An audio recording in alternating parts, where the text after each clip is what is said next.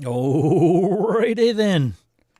How's everybody doing this fine morning, afternoon, good evening? Good to see everybody. Hope I got audio. Do I have audio? Am I having audio? Does anybody check? Can I like get this thing to play or what? There we go. Hey, it's working. Morning.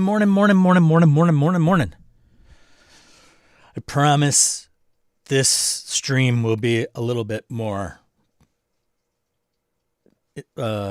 lighter, like not as dark as last week's. So thanks for tuning in. Good to see everybody. Joe, Ryan, thanks for opening the doors. Joe, good to see you. Trenching today. That sounds like fun, man. I bet you if I don't know, right tool, right job. I know it's a pain, but if you get like, what are they? Not a backhoe, but a trencher, right? Dip switch, dip witch.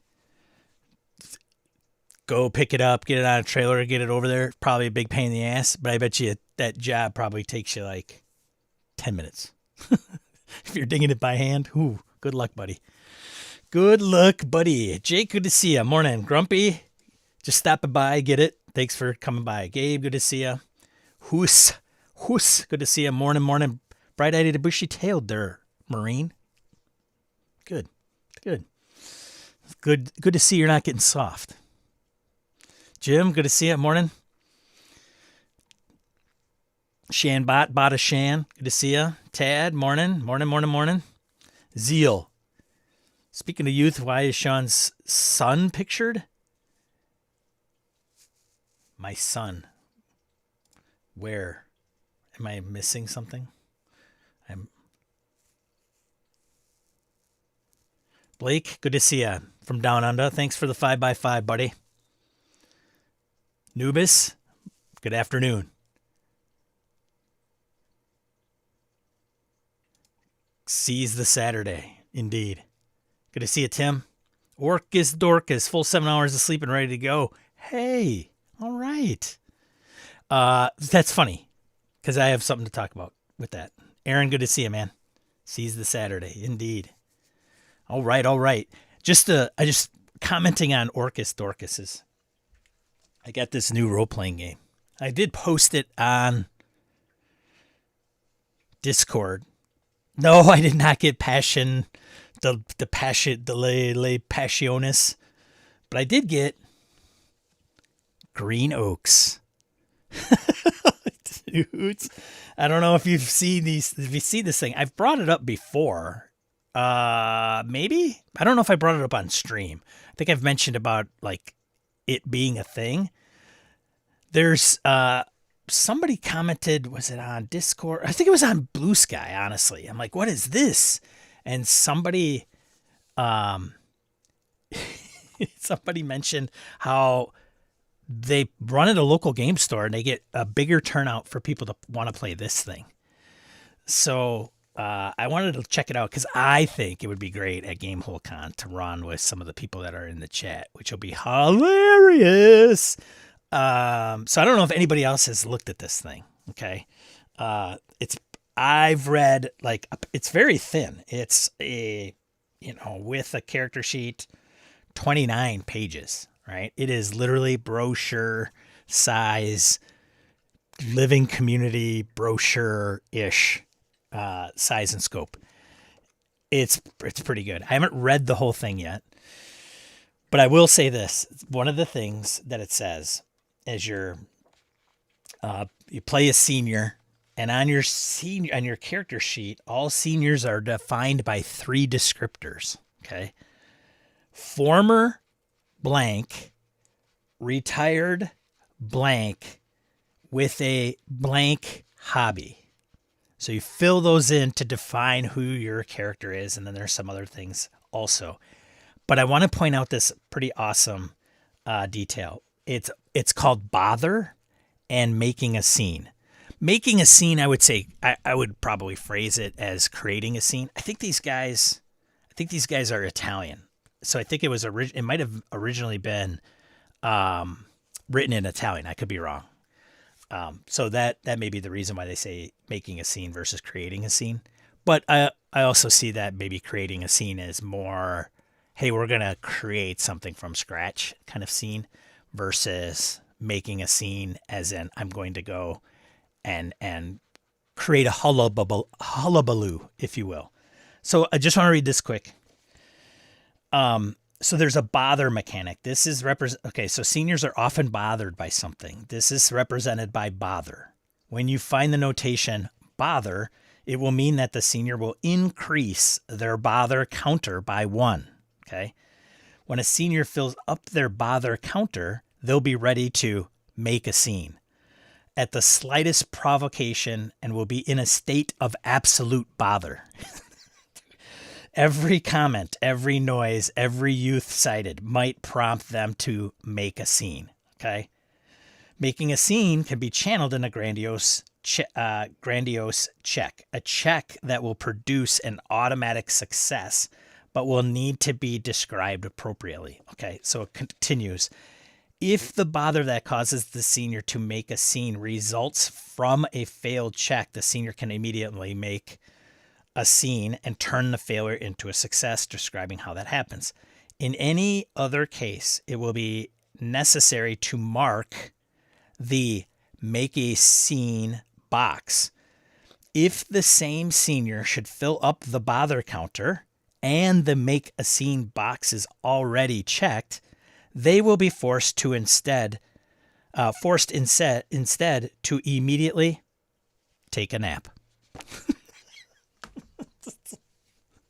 Dude, that is, to me, is like fantastic. That is fantastic. I'm gonna run this thing. I may run it for Discord users, Discord folks, patrons, as a one shot, as a test run for GameholeCon. So look out for that. I think it would be probably quite hilarious, depending on the creativity of the group. So, anyways. Yeah. Good morning, Wayne. Good to see you. Yo, James. Good to see you, man. 2 in a row. I am so honored. Thanks for taking the time. Appreciate it. Jason96. Just opening my beverage here. My last of the tall ones. They're starting to send me like short ones now. I'm a little perturbed. Got mine a few months ago, Tim. Nice. There's Jason96. Retirement planning and community. Yes. To the point. So you play elders, right? And of course, there's a basement in the senior living facility where some think it's like haunted, and some of the kids will think it's haunted. Some think it's like from an old alien thing, but I don't know. And then there's like playing cards in the back. So I think it's like some things are driven by playing cards. So it'll be interesting to get this. Just to give you some context, like the 3 authors, Roberto De Luca, Claudio Pastorino, Claudio Serena, like Roberto's like author and director of The Retirement Home, game designer. Claudio Pastorino, technical consultant and reptilian nurse. Claudio Serena, responsible for the well-being of all seniors, editor and layout designer. Like incorporating the look and feel and dress, right, is alive and well in this thing. So I'm really excited to get this thing down, because I'm sure it's going to be off the hook. Anyways, so there you go.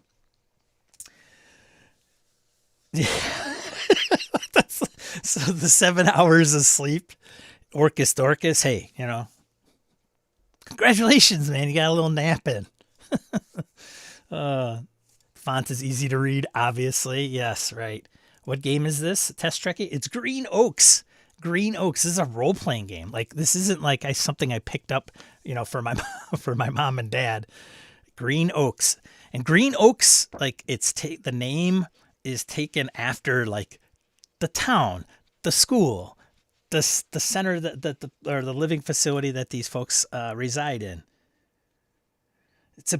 Green Oaks is a beautiful structure surrounded by nature, where those who have reached the winter of their lives can indulge in a variety of recreational activities, cultivate new friendships, and rely upon the expertise of nursing personnel of the highest order.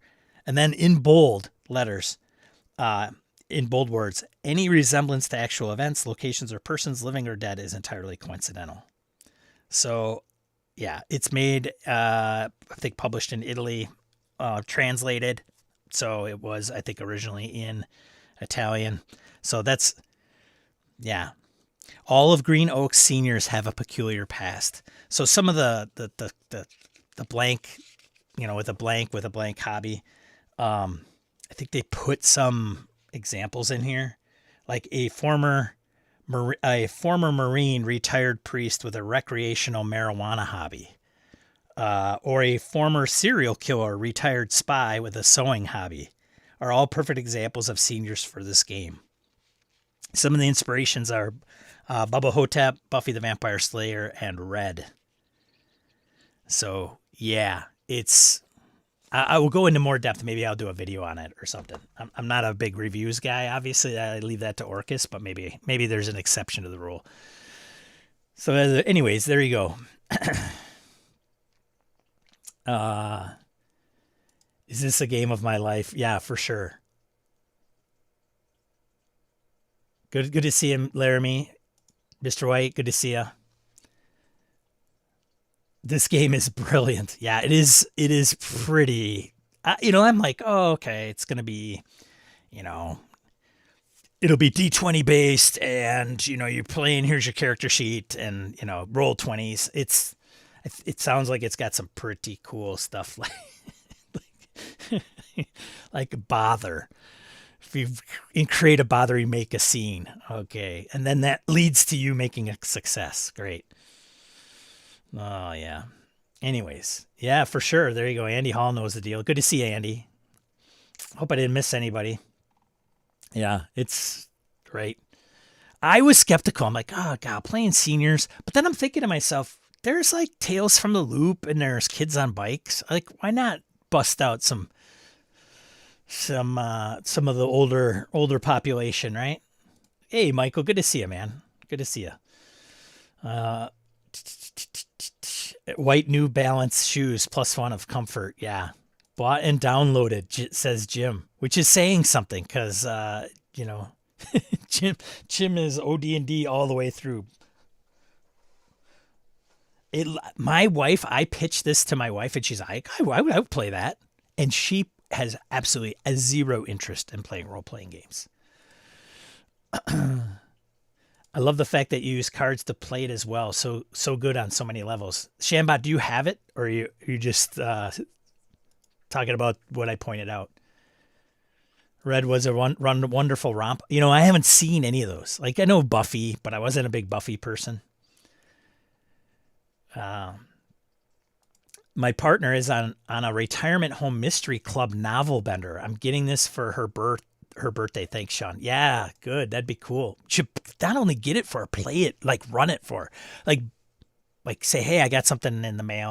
I want you to play. Like, I don't know if she's a big gamer or not, Laramie, but you should run the game and then give it to her.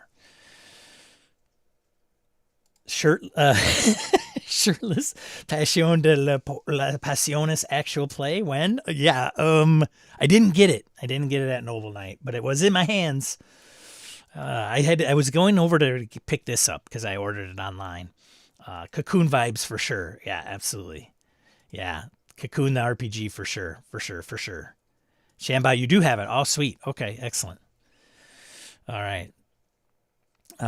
This stream is sponsored by Geritol. Yeah, bust out all the old. If I did an actual play, I'd try to find those old ads. I don't know if they can lay copyright claim to those. I don't even know. I would imagine they could, but I don't know if they would want to. Batteries not included. List continues. Haven't played it yet, Shambot. Okay. Cocoon, but one of the characters, Bruce Dern from the Burbs. Yeah. And I found an Australian retailer carrying it, so I just bought a physical copy too. Hey, I can't remember the publishing house. They got their own kind of website. Let me published by MS Edizione, Magic Store SRL, which SRL might be LLC or incorporated, is my guess. So I'll just say you're welcome. You're welcome, guys. I just I might have just got you a few copies bought from there. So And I shall say, as a disclaimer, I was not granted a copy free or anything. I bought this and it's out of my own pocket. So yeah, it is Zione. So thanks for putting that out, guys. It'll be fun. Why the hell is this $40 from freaking Indiana? Well, that's who knows. Blame it on tariffs. But it's Indiana, Sean. Whatever. Oh, so the Italian supplier was out of stock. One of the things when I got it was like, hey, is this on Bits of Border? And they're like looking it up and no. So I don't have the PDF, which is the nice thing if you go to their site and grab it. Noble Knight, check it out. I don't know if they have any copies left. I might have got the last one, but I could be wrong. They could lay copyright claim, but they have to wait for their grandson to submit it for them on the network or on the internet. Ayo! Too funny. Well, thanks for joining, everybody. So this week, I was going to talk about this last week, but got a little sidetracked, if you will. This week, Brett messaged me, and I don't know if he's going to show up here. And he's like, I'll be on the show to talk about it if you want. Well, here we are. And I'm kind of running solo, you know, kind of that lone wolf, you know. What is it? The lone wolf statement from The Hangover, Party of One. So he wrote in and it's like, hey, I got a topic idea for you. And he gave me kind of this. This is literally what he texted me. He's like, modern game design marries setting and rules. Okay. If you don't know who Brett is, Brett was my co-host on Gaming and BS. He's a friend of mine. We used to ride motorcycles together when they were less dangerous. And Brett had obviously like Gaming and BS is out there. You can get most of the episodes. I think there were a couple that were flagged for, I think I used copyrighted material and they're like, hey, we're not going to publish this, which is fine. You're not missing one or two episodes. It's not a big deal, but there's 390, 400 episodes that are still out there on Spotify for you to go and download and check if you're so inclined. But anyways, Brett, friend of mine, did that show for quite some time. So just to give you some context, that's who Brett is. So for those of you that are not in the know, and some of you that know us pretty well, you'll know who Brett is. He continues, where is the space for me to run my own world that I've created? Am I required to build my own rules in order for it to be done right? In air quotes. And he's got those in quotes, done right. Is this where a toolbox / modular rule system like D&D or BRP, or basic role playing, or GURPS or Fate or others come in? And we could probably lump in Savage Worlds for some of the Savage Worlds lovers. Throw in maybe even index card RPG, ones that you could probably use as a generic, right? Here's a system, play whatever you want. So, FYI, Noble Knight has one in stock. Get it while it's hot, folks. And they probably are pretty reasonable with shipping. Anyways, so one of the debates that Brett and I had at one point in time was that he tended to lump AD&D into like the toolbox game, right? You could run anything with AD&D. To which point I would say you could, but it doesn't make the most sense, right? It's just not, as game design has evolved over the years, if you are wanting to facilitate a specific type of game feel or what, like the bother mechanic, right? In Green Oaks, right? It's a reason it's called the bother mechanic and it's called making a scene, right? Seniors like to make scenes. They get bothered easily, right? It's to facilitate how and what your character is and what they're about. So we got into that debate. Brett would come around and say, okay, it's not, it does matter, because to him it was like it didn't matter. If you just play D&D, you could use it for everything. And I think after the show sunset, he had an epiphany because some YouTuber educated him, and he's like, you know what? Sean was right. Not that I don't want any credit, but nonetheless, And I think it was Matt Colville. He watched a Matt Colville, and Matt got through to him. Brett, if you see this, in defense of Brett, I'm not tearing him down. It's not he knows who I am, and he knows that I take jabs at him, but it's not to take jabs. But I wanted to give you some context around, because this kind of does go back to some of Brett's thinking, in a previous conversation, if you will. So talking about this, modern game design marries setting and rules. Where is the space for me to run my own world that I've created? And I think what he's alluding to is, let's say he's got Streets of Avalon. Streets of Avalon is a setting. You could go check it out by Brett Blazinski. And it's a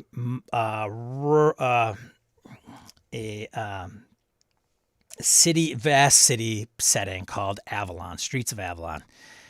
Almost in the vein of, many people have told Brett, you should play Blades in the Dark because the setting is very similar, like the era and things of that nature. Not so much. But he made Streets of Avalon through Encoded Designs, and they made it for 5th edition. And Brett's been running it and creating it for years. Some of you actually may own that setting and have actually played in it because he's run actual plays, and I think that you can find that on the Gaming and BS channel on YouTube.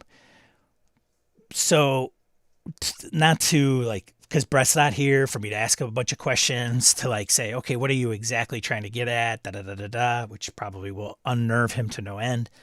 But I think what he's trying to do is, hey, you're sitting at home and you've come up with your own setting and thing, right? Setting, game design, whatever idea, right? Space for me to run my own world that I've created.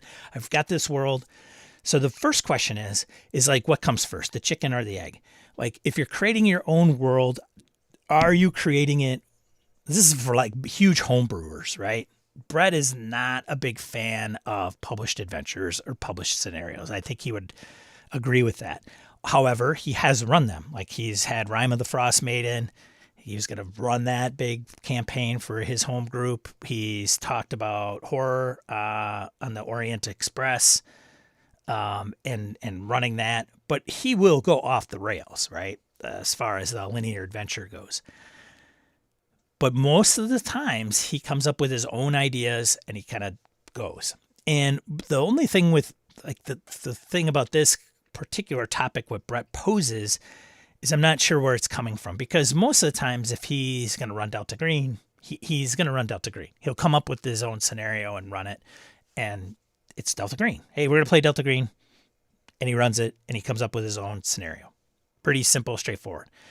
But if you are a home brewer and you come up with some ideas, I would think, and I could be wrong, because I don't do a lot of this. A lot of role-playing gamers that are game masters just love world building, right? And getting it out there. My world's really cool. I got to show you this. It's really great. It's really going to be awesome. And sometimes that gets... then what happens is then you have to be careful as a game master not to lore dump and get into the bigger picture of wanting everything of your 200-page homebrew setting to just dump on the players, right? You want them to experience it as they play, in my humble opinion. So yeah, there's a fine balance, and I did a video on that on this channel. Anyways, so I guess the question is if it's the chicken or the egg, if you, and to do it, right, it's the generics. I think what it comes down to is the generic systems versus the settings and the systems that are tied together to facilitate a method of play, or not a method of play, a style of play or a feeling, to help. Does that make sense? Am I talking about this? Am I framing this up correctly without Brett being here? I don't know. Tim says, you can run anything with D&D if you don't care if it's good or fun. Wow. Jim says, I don't try to run everything with D&D, but I could play D&D with anything. Yeah. Oh no, Brett has drunk the Colville Kool-Aid. Dude, are you new here? Half the episodes we had were inspired by something Colville would put out there. Matt Colville. Everybody is Colville. Hello, everybody. Matt Colville. Some games, Some games are more of a genre toolbox than others. Savage Worlds GURPS more than D&D/Pathfinder. Can't watch live, have guests, but we'll watch later. Good to see you, Jason. Jason from Nerds Variety Podcast. Good to see you, man. Appreciate you stopping by. Michael Gurley. A little late, but good morning. Morning. You could play a solo RPG or write a novel. I don't think that's Brett's style. He's not a solo RPGer. I think that's safe to say. Or writing a novel, true, right? Colville Aid. Funny story, the first time I meet Brett, I was trying to convert his MCDM from Roman numeral because I had never heard of Colville. Oh, interesting. No comment on D&D being modular. Systems aren't just about what sort of setting or genre they're written for. They have a certain feel to them which can be more or less appropriate for a vibe. Yeah. I'm a lazy builder. I rule set. I start with one and add house rules. Game world, I want to start with one and just find an undeveloped corner to build into instead of starting from scratch, says Laramie. James says, I loved world building and then I had 3 kids. And now I just want to be handed enough of a setting to do my own thing in. But without so much lore that I'm going to feel boxed in, for sure. Nubis continues, the lighter the system, the easier it is to bend for a specific setting. Systems like Into the Odd are much easier to homebrew for than 5e. Generic systems are often pretty dense, so not my first choice. Right. Shambot says, do the rules give off the vibe of the setting? Yeah. Caverna! Look at you. Good to see you, man. Good to see you. Jason96, I was about to quit trying D&D until I found Matt Colville running the game series. Yeah.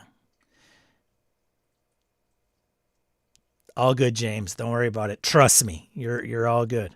I think Quinn's last video regarding Delta Green describes what I think of rules. Delta Green provides a rule set that amplifies the horror. And I think that is the case, right? So there's no wrong answer here, right? Brett is going to, I think he's just kind of like a mastermind, right? Throwing it out there, seeing what everybody has to say, and then it kind of gets his wheels turning in particular directions. But having said that, I think it goes to what are you trying to facilitate in your game? Like if it's going to, first of all, it's going to be big on genre, right? Like what setting or like what are you providing? Like when you have a player in front of you and you're going to run this game, what are you pitching to the player? And the player goes, well, what are we going to play? And you say, we're going to play this game. And it's like, well, what kind of game is it? Like, what is my character? What are the objectives? What are the incentives? Like, and what will I typically be doing in the game? Am I going to be an agent of a clandestine group that investigates, that is tasked with investigating, supernatural horror, cosmic horror, strangeness, X-Files-ish, Delta Green, liminal horror, whatever, right? Conspiracy X. Who else? What else? Fall of Delta Green, things of that nature. Okay, well, I'm going to do fantasy. So then you have to kind of think like, is the thing out there or does it not exist? And if the thing is out there, does it fit into like, if you're just doing like a unique setting, but the premise is Delta Green, are you creating a scenario? Maybe a campaign? Because Delta Green doesn't have to be all about horror. It could be about UFOs, right? It could be about, parapsychology, strangeness. It doesn't have to be about the mythos necessarily. It could be even chasing like the Nazis, right? They even given the span of time that Delta Green takes place. I mean, there's so much room in a timeline to set something. So if you're like, well, I want to be about like, a few Nazis got away, and there is a part of this in the setting. The Nazis got away, they were in the occult, and through that, they've discovered certain things, they've isolated themselves. Maybe just become, I'm going to hunt them down and, do what you should do with Nazis. Like Aldo Rain. Right? So then you think, well, one other example I want to bring up is like Christian Serrano's Eberron. Loves the setting, right? He didn't create it, but he loves it. But he doesn't play a lot of it in D&D, right? And it was originally made for what, 3.5?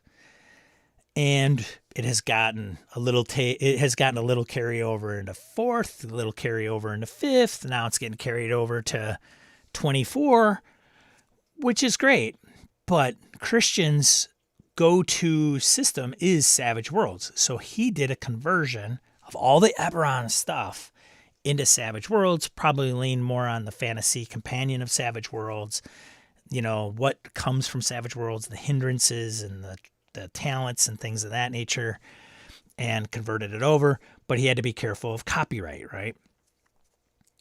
And I think with Eberron, because Eberron touts itself as pulp noir, and if it's pulpy and great and like, swing onto the lightning rail and do all kinds of crazy things, and Savage Worlds is fast, furious, and fun and pulpy, well, then you think if you could do the peanut butter and chocolate and mash them together and have a great taste, then fantastic. But I think some of these are going to be tough, right? So Mike says you can play your own setting, but just need to find a rule set that best enhances it. Case in point. Yeah, for sure. You may do some work to tie the setting and system together, but you'll need to do less if the rules help. I will also stipulate with Savage Worlds, even with GURPS, right? Got tech levels and things like that. And GURPS has like, I don't know, a gazillion splat books about whatever it is that you want to run. Like, it's pretty crazy. But at the same time, it does rely heavily on the core mechanics. And those core mechanics are good for like spanning. Like, it's like a depth versus breadth, right? GURPS, very good with breadth, maybe not so much for depth. And with depth, you could define that as, if you want to play GURPS World War II, GURPS World War II may feel, outside of the setting specifically, like you're playing the same kind of thing as if you were playing GURPS Science Fiction or GURPS Traveler. The mechanics are kind of facilitating. It's just the window dressing that changes. Okay? It's not to take anything away from GURPS, but I think it's just something we all kind of know, right? That's the beauty of it. If you learn that one system, that is the thing, right? It's designed like, hey, you want one system and you want to know it really well, here it is. Then you can change all the tech levels and the dressing around it. But nobody's going to come to the table and go, what do I roll? D&D, I would argue, is not that, only because it was genuinely, like, purposefully, it's called Dungeons and Dragons. It's not called, RPG. It's not setting and rules, not S&R, right? So if I follow you, you would want to start with the setting first, as that will lead to situational details that will facilitate the foundation for potential setting specific rules. Sure. Karen, Year Zero Mini, and World of Dungeons are usually my choices to run my own stuff. Interesting. Gabe says, I think genres ideally get modeled / supported by mechanics that present the physics of the world, which isn't always your own real world. Right. I will also stipulate, which I didn't get to, kind of going off the GURPS tangent there. One of the things that I was reading was Interface Zero. If you're not familiar with Interface Zero, it's cyberpunk for Savage Worlds. And I think they might have made it, I don't know if they made it for other systems, but specifically Savage Worlds was a big one. And if you read some of those Savage World settings, like Solomon Kane is one, Rippers, and a few others, it relies on understanding the base mechanics of Savage Worlds. I think we all know that, right? But when you get a setting book, it incorporates other things even on top of the core rules. So, for example, when you were, I wish I had this like fully baked and kind of in front of me that I could reference. Essentially, in Interface Zero, if you were in a particular I don't remember if it was a set town or city that it took place in, but essentially, if you created a city and it had like the rich social upper class, right, elite in this one part of town, and then you get, everything in between, and then on one end is the slums and the harder lower class poverty side of town or the city. Depending on where you were more likely to be able to do certain things as a character. For example, your ability to get maybe restricted gear in the elite end of town is going to be met with much more attention, law enforcement. People are going to look at you strange, where you have to go to and it was built into the mechanics, which I thought was perfect, right? So it was like, yep, Savage Worlds, here's the character, here's the hindrances. Oh, you're playing cyberpunk, and here are some of the things that go with that. Oh, and by the way, the setting and what it has and facilitates also impacts play, which I thought was kind of cool. I wish I had a better, just leave those.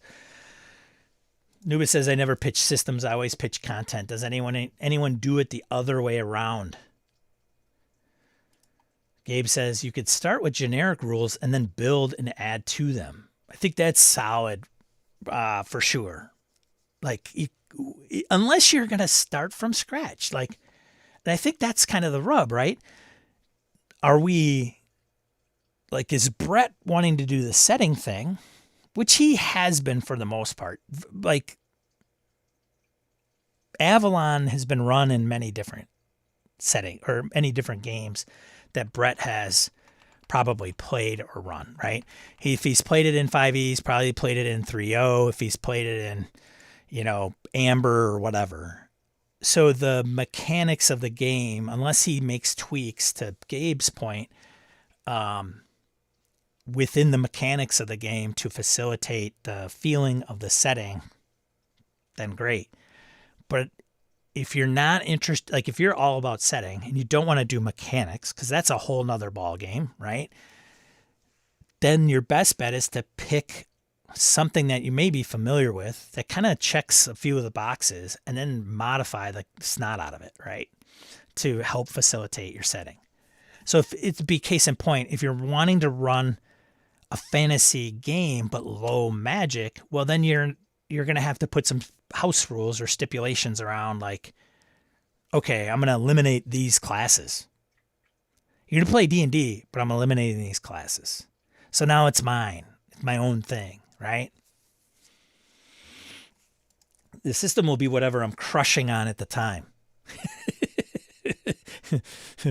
Yeah, that's for sure. Wayne says, if you build your own system, you can add in the rules that will reinforce the setting or mood, for sure.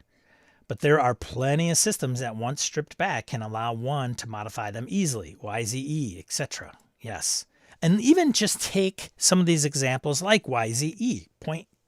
Thanks, Wayne.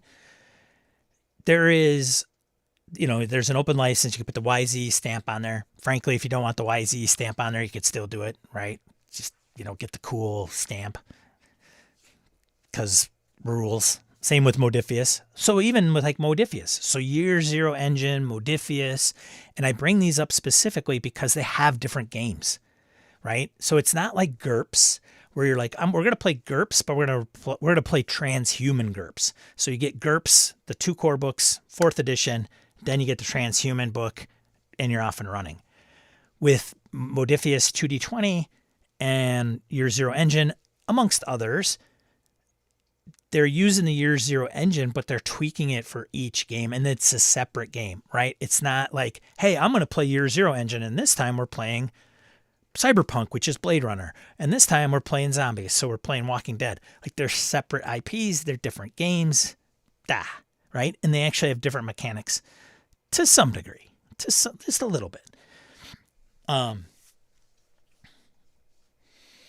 So it may be worth exploring those to say, well, I'm going to do science fiction and I kind of want it to be like this. And so the closest thing might be Star Trek 2D20 or even Dune, right? John Carter of Mars, right? They're science fiction, but they all handle the 2D20 a little bit different. To help facilitate what Dune is, to help facilitate what it means to be Star Trek. Laramie, good timing. I'm wearing my Fighting Nazis Dropkick Murphy shirt today.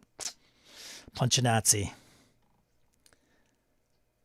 Tad, I've been tempted to run some group through some Star Wars one-shots using a different system each time. WAG, Fantasy Flight Games, Scum and Villainy. I would argue Scum and Villainy is not Star Wars, Tad. Have you read it? I think they just... I have it. I've played it once. It's very strange in that it's very Scum and Villainy. We kind of know that tagline, but my understanding when I think Craig Shipman interviewed the author, like it wasn't intended to be a Star Wars analogous to Star Wars. Also, Hyperspace D6. You should check that out. So add that, remove Scum and Villainy and put in Hyperspace D6. It is a little bit, it's even lighter than WEG. But I agree. You got to do D20 Star Wars, WEG, Saga. Oh, and you could do D20 revised, right? Saga, and then Edge or Fantasy Fight Games. That would be cool. Count me in. Sign me up. Sign me up, coach. Blake says you don't have to create a universe from scratch. You could set a game on another continent of Forgotten Realms or a little-known sector of the Gamma Quadrant in Star Trek. In both cases, keep most lore. True. But I think Brett is creating his own thing, right? He is, where is the space for me to run my own world that I've created? So he's like, I'm going to create, say he's creating Avalon. He loves it. It's this big urban sprawled city that seems to like defy some of the things that a city would defy. Like Tolis is a perfect example too. Big city. Like how does it even sustain itself, right? Infrastructurally. Like where do you grow food in a urban city to like have people survive? Well, in fantasy, you just create food and water or whatever. There's things you could do, right? Hand wave it. It's all about the thing. But I think he is creating it from scratch and he's like, what do I use for a game? Mechanics wise, I think is what he's trying to do. Am I required to build my own rules? Yes, in order for it to be quote unquote done right. But I agree. Nothing wrong with what you said, Blake, for sure. Wayne says, but there are plenty of generic systems that have opinions that motivate certain play. Generic level-based systems, 5e-SRD, are about power growth. That doesn't work for every genre. Right. Yes. Like, do you want a level system? Can you take 5e and remove the level system? Well, then what's the incentive for the players? What are they going to want to beg for at the end of the at the end of the session so that they can bump up their tune? And I don't know why Harrigan's not here, so I could use that term that he loves so much. You may watch it later. What's up, buddy? Orcus Dorcas, I'll pitch systems if there is some mechanic I find cool or different. I mean, a big part of the Shadowdark pitch is the torch mechanic. Spellburn for DCC, bonds and Delta Green, and so on. For sure. Although I would argue Spellburn is rarely used in DCC. When have you ever had a Spellburn happen? It's like one of the coolest mechanics that's probably used the least. Frankly, I don't think people know how to do it, honestly. Nubis, 100% Wayne. He agrees. Even if systems are generics, they won't work for every vibe, for sure. Gygax almost called D&D swords and spells. Yikes.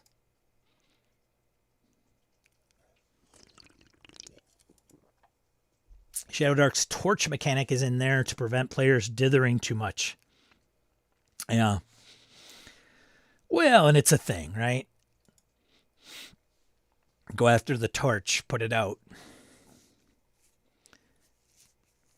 It's neat. I will say it's a neat thing, right? It's kind of neat. Ryan says, I usually toss a paragraph or two of the game concept when he pitches to players. A sentence or two of the tone and some media examples of the tone. Last time I sent out a feeler Google form to the group, I had 7 different rule sets. Yeah. James says, I love Savage Worlds playing tomorrow, but the same way that D&D feels like fantasy with the playing cards and poker chips, bennies, Savage Worlds to me always feels like Deadlands, always will. Yeah, it's the origins, right? Yeah. You got to get the theme, right? Got to get the theme bennies and the themed cards, which I am a victim of.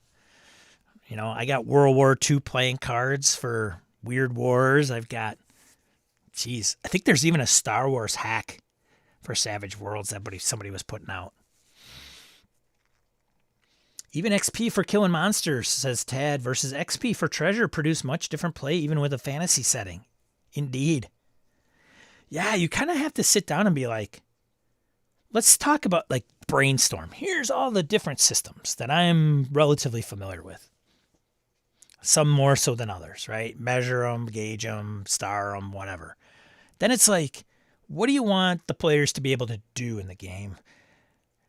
And does some of those facilitate it? Yes, kind of, sort of, scale 1 to 5. Yes, 5, no, 1.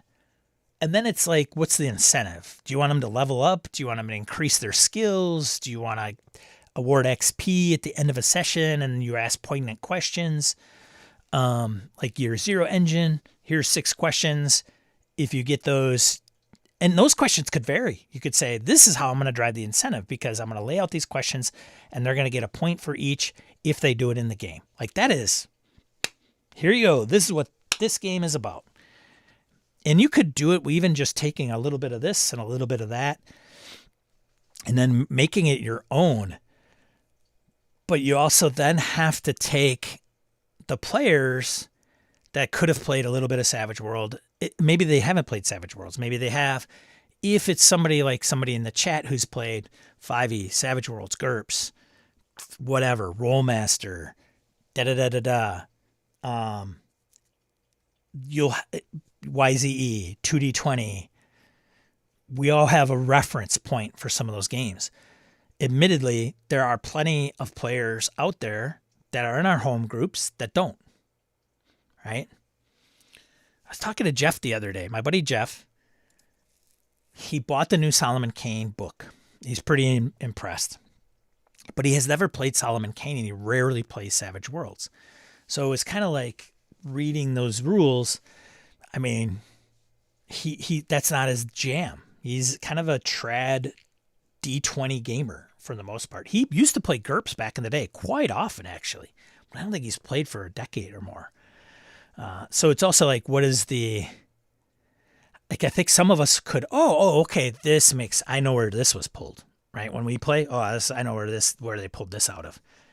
But if you have a new player, then it's a whole new thing. And then how does that impact those folks?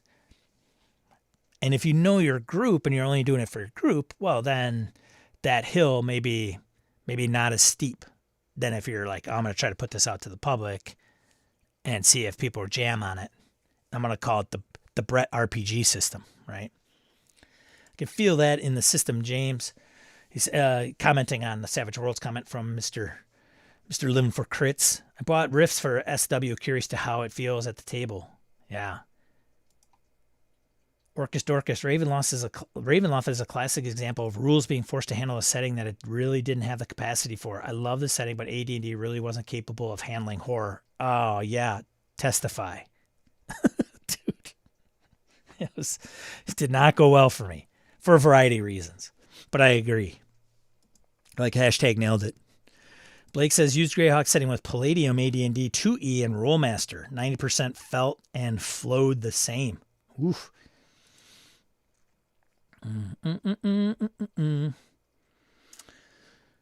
Oh, there he is. Signing on. Way behind. Watch it, Sean, at 1.5. So I should talk faster so that way Harrigan can really get through this really quick and then the sound even more interesting.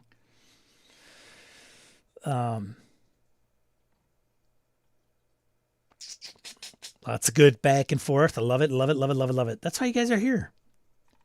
Tim Jensen, Scum and Villainy is absolutely a subgenre of Star Wars. Oh, it is? Okay. I thought it was not, really. I mean, it's pitched as much, but I thought the author was like, it's not swords and lasers. Like laser swords and was it yeah, laser guns and sonic swords. Well, then I stand corrected. I get Firefly vibes from Scum and Villainy. Yeah. There was one other one that was like that too. Oh, Orbital Blues. Very much Firefly. See you, Joe. Have fun, buddy. Don't hurt yourself, for God's sakes. Newit says agree. SNV feels like Andor or Firefly, so definitely in the ballpark. Yeah, for sure. It's not like way off or anything. I just didn't know if he had like, I love Star Wars so much and I couldn't get all the Star Wars stuff, so I made a game using Blades in the Dark and I called it Scum and Villainy. I think a lot of I have to have this mechanic to push pace is because so many people are ingrained in 3E, 5E tactical mini stuff. I've already beaten that out of my group. Well, no, else fails, beat away.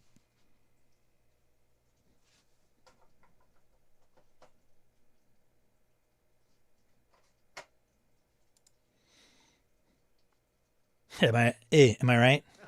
Right. Tim, yes, Andor Solo, The Mandalorian, not so much episodes 1 through 9. Yeah, for sure. Hot take.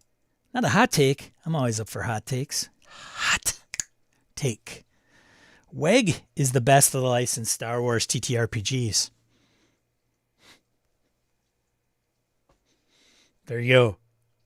Prove me wrong. Are you the guy behind the table with with that on the front of the table?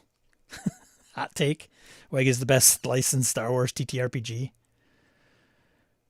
Gabe says Wayne is correct.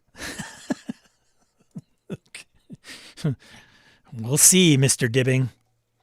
Can't wait to play it in at Gamehole Con from a guy who knows the deal. Tyler, late to the party because I was cleaning up storm damage. Uh-oh. Hope everything's all right. Anyone mention Fate or Fae? No, we haven't. Probably because I am probably most ignorant of Fate and Fae. I used to have Fate. Don't anymore. Been trying to run multiple genre worlds easily in it. Yeah. I could not fathom Brett running Fate. He's run Amber, which is kind of crazy, but I could never see him running Fate. Aspects, compels. Yeah. I think one needs to make their own space for their own setting or / world. This may involve creating new rules or using existing rules as a foundation. Either way, you will likely build on things to help the setting work with the rules. Indeed. Spellburn use? Every game. Are you thinking spell duels? You are right. I am sorry. Thanks, Wayne. Spell duels. Spell burn is used every game. I apologize to, was it James that mentioned it earlier? I apologize. You're right. Thanks, Wayne. Oops. Tells you how often I'm playing DCC. Uh-oh. I was an anti-DCC guy. Ted, I'll be running WEG Star Wars for the first time next month. Awesome. I'd love to get into Weird Frontiers. I just have to drill on it since it seems like every class has its own rules. While I agree, WEG, having had a table full of people who were proficient in the Fantasy Flight Genesis, made for a great Star Wars campaign that felt way more cinematic like the movies when we were rolled. Does it really? Scum and Villainy does have an item in the book that is quite literally a lightsaber renamed. Dudes, I could have swore in that interview there was like a delineation. I'm wrong. Maybe I'm wrong. You know what? I don't have a problem saying it. I could have been wrong. There. Okay? It's out there. Another lifelong WEG fan. These guys crawling out of the cracks. All right. We're just at time. Let's get into something else. Thank you so much, everybody, for participating. Any minute now, Harrigan's going to chime in on the main topic and give his humble opinion, probably, while we're going through other things during the stream. But nonetheless, let's get into some other stuff. Whoa, next topic. What would be the worst system genre mismatch? Ooh, I better write that down. Hey, write that down. That's a good question. Let's get into RPG news quick. Whip through these, get you guys on your way. So here's a new update.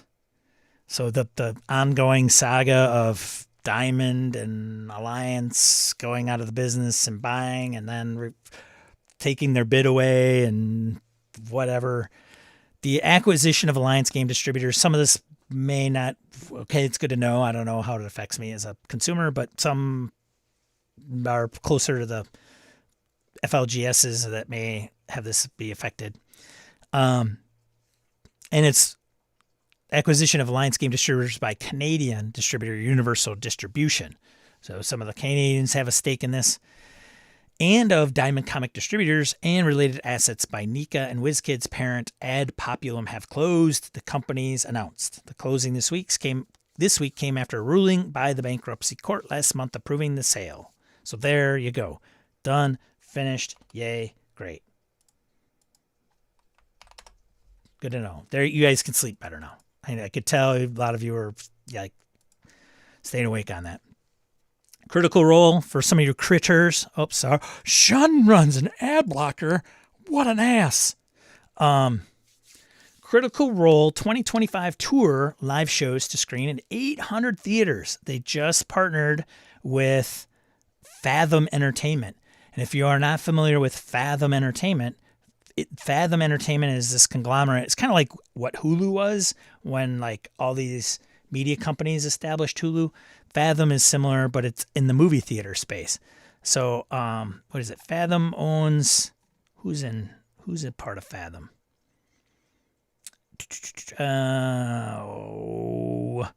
Like AMC. What is it? Fathom Entertainment, owned by North America's three biggest theater chains: AMC Entertainment, Cinemark Holdings, and Regal Cineworld Group. So there's dates on here. So they're going to record them live. So they have live dates, a couple in Australia, one in August in Indianapolis. Well, that's weird. They're going to record those, and then they're going to put them in theaters for release. Dudes, this is insane. Like it just is. D&D Dimension 20 at Madison Square Garden, Critical Role, like it is. I don't know. Tell 13-year-old Sean that this is happening. He'll think you're crazy. So anyways, it's for their 10-year anniversary. Sydney, Melbourne. There you go, Blake. Catch him live, buddy. Indianapolis and New York. It's like this one, Indianapolis. What? So yeah, it will be during Gen Con, just in case you're checking the dates. But they don't mention Gen Con. They just say Indianapolis, August 2nd. And so there's dates on here. Right here it is at the Fisher's Event Theater. And then it tells you when it will be rebroadcast. So there you go. These guys, man. It's just, do you ever think by playing a role-playing game, you guys would be a multi-billion-dollar company? $1 billion, $1 million, whatever. News bundles. Let's do bundles. Bundles. This is a good one. If you haven't gotten on this one, it's a little like it's on Fanatical, but whatever. It's fulfilled, I think, through drive-through. $15, and you can pretty much get almost, I think, the entire Dune library in PDF. So if you're like, oh, you know what, I'm on the fence with Dune, I don't know, probably, $15 for all these seems like a no-brainer. 70% coupon to use at Modifius if you need it. And all these. It's a pretty good bundle. 2 days from this recording, May 17th. So it's ending in 2 days. If you see this stream past the 19th, you will not be able to get this. So there you go. And then the bundle of holding has a few menagerie. Did I put the link in there? I did not put the link in there. That is important. Sean, you gotta put the link in there, dude. Banana bread at work, dude. Menagerie, Shadowdark. Some Shadowdark stuff. And then I'm just going to post one link in here, and you can browse the other bundles of holdings, which include Shadowrun, 6 World Essentials, Dungeon Delving, or Dungeon Dressing, not Dungeon Delving, but Dungeon Dressing, 700 pages of tables from Raging Swan Press, Delta Green Impossible Landscapes. So if you're a Delta Green fan, you might already have some of these, but this is a great bundle for Delta Green and Impossible Landscapes. It's not as good as the last one they had, but hey, you know, Traveler 5, Mongoose Traveler 2E, Pirates of Dranex. And all these are ending at different times. And then lastly but not least, Against the Dark Master, or capital V, small s, large D.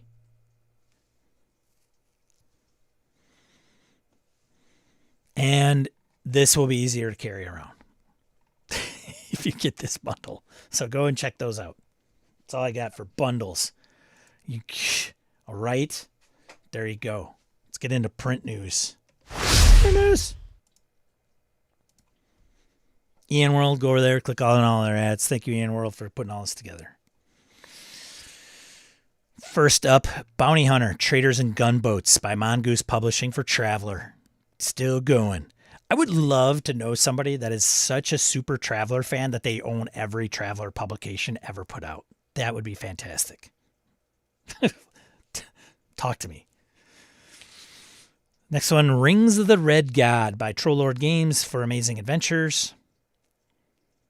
Duck Berg is finally out in print for a system Merkberg. Grindhouse, in which duck human hybrid PC treasure hunters and gizmo speakers band together in pursuit of treasure before the world ends. Inspired by DuckTales. Next one, Magnum Galaxy Mega Bundle by Magnum Galaxy Games for Mothership. Bundle includes 4 supplements: Dying Hard on Hardlight Station, The Horror on Tau Sigma 7, The Cleaning of Prison Station Echo, and Decrypted / the Nakatomi Papers. Interesting theme going on in all those, if you didn't catch it. Next one, The Curious Creeps in Crimson Creek. Say that 5 times really fast. By Mud Knight Media. It's for Knave. Some love for Knave. Next one, Baggage Turtle with Gnome Rider by Alternative Armies. Fantasy RPG or Land of Eam. Resin and metal 28mm miniatures with no base. No base? A whole lot of trouble. You're welcome. There you go. Booyah, booyah, Grandpa. Let's get into crowdfunding. Crowdfunding! I need to get different stingers here. Different audio to the stingers. Next, crowdfunding from Ian World, N World. Osric. Who got in on Osric? Let's go. Show me how old you are by not telling me how old you are. Who got in on Osric? My buddy Jeff got in on Osric. I have no idea why, but whatever. I don't look forward to playing AD&D anytime soon. No. Skipped it, Jim says. Anybody? Bueller? I'm also known to be on delay. No Osric. Well, those two guys I might have thought might have dipped in there. So, I don't know. It's on BackerKit. I'm sure it's funded. Let's see what it is at. 152K. 1,500 backers.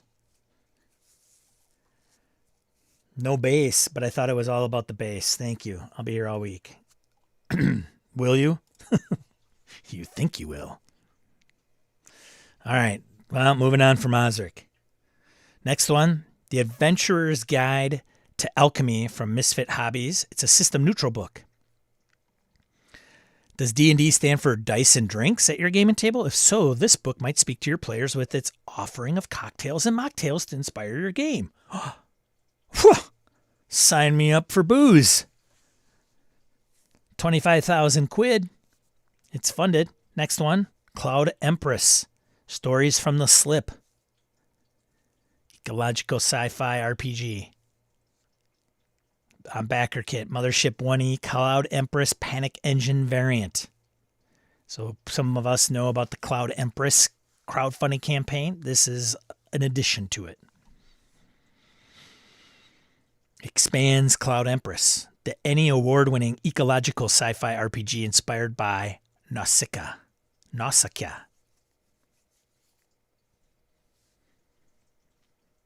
Next one, funded in 22 minutes. Shadow West from Fox and Boar.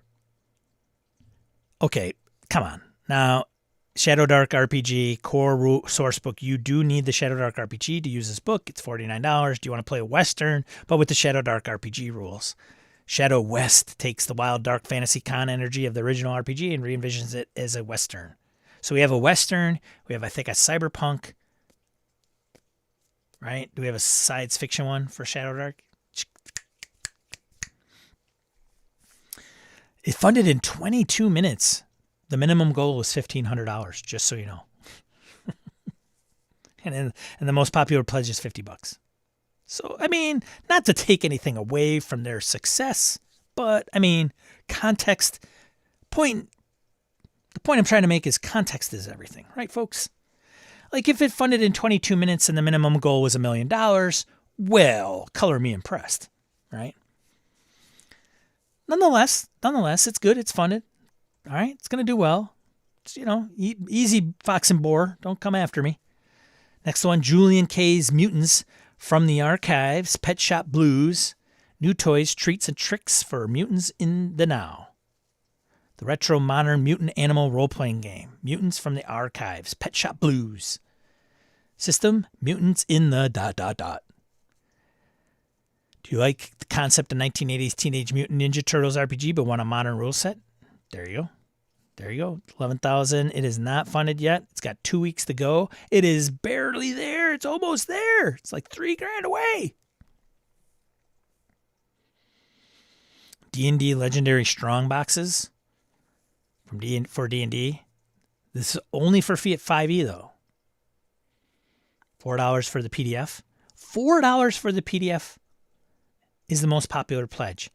It's funded at $8,900. That's pretty impressive, I would say. Next one, Mad as Hell, an anti-capitalist demon hunting RPG. Oh, come on. We always got to be down on the capitalists.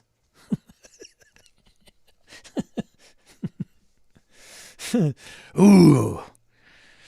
Oh, man. Anyways, so this is from Soul Muppet Publishing, the same ones that did Gardens of Eden and the other one, the Stygian Library. I've been getting 20,000 emails a day on this one. So I had to humbly unsubscribe. No offense. I'm sure it's going to be a great book. They do quality stuff. They also do Orbital Blues, Paint the Town Red, Best Left Buried. So there you go. 32,000 quid of a 15,000 quid goal. So there you go. If you really want to, I mean, if you can't take down capitalism here in the real world, you might as well just play a fantasy game where you can. I mean, come on. Let's make this happen, right? Red Markets, Mad as Hell, plenty of other Shadowrun. Come on. Let's do it. Let's do it. That's it. That's all I got for this week.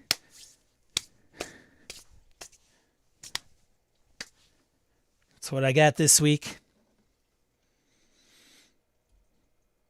What I miss in the chat. I'm unlikely to play D&D 1E. And if I do, I have those books. There you go. I'm out on Osric. I need another fantasy TTRPG like I need another herniated disc in my neck. Hey, ouch. That doesn't sound good. Osric sounds like the name of Elric's country cousin. Uses Stormbringer to open Budweiser cans. Oh. Oh. Ooh. Still glad it's made. Indeed. Yeah, Cloud Emperor's great, says Wayne. Gamma Dark for post-apoc and Dark Space for sci-fi, says Ryan. That's the Shadowdark's alternate setting books that are coming out. Dark Space was an ice product for Space Master written by Monty Cook. Oh, something to know. Oh, look at Hobbs. Welcome, Hobbs. But if it's anti-capitalist, wouldn't they give it away? Sell it at cost? Well, you know, we're not here to debate that. Not here to debate that, Laramie, but come on. Come on. Come on. Oh, too funny. Okay, that's it. I'm going to wrap things up. There you go. Thank you, everyone here in this list that has supported me by giving me a few quarters, dollars, $1 million a month. Thank you very much. Get to put fuel in my Lamborghini outside because of these individuals right here. And if you would like to do that as well, there are links down below where you also can contribute. And if you do, you will go to heaven. Just saying. You're welcome. You will be blessed with eternal enlightenment. Just kidding.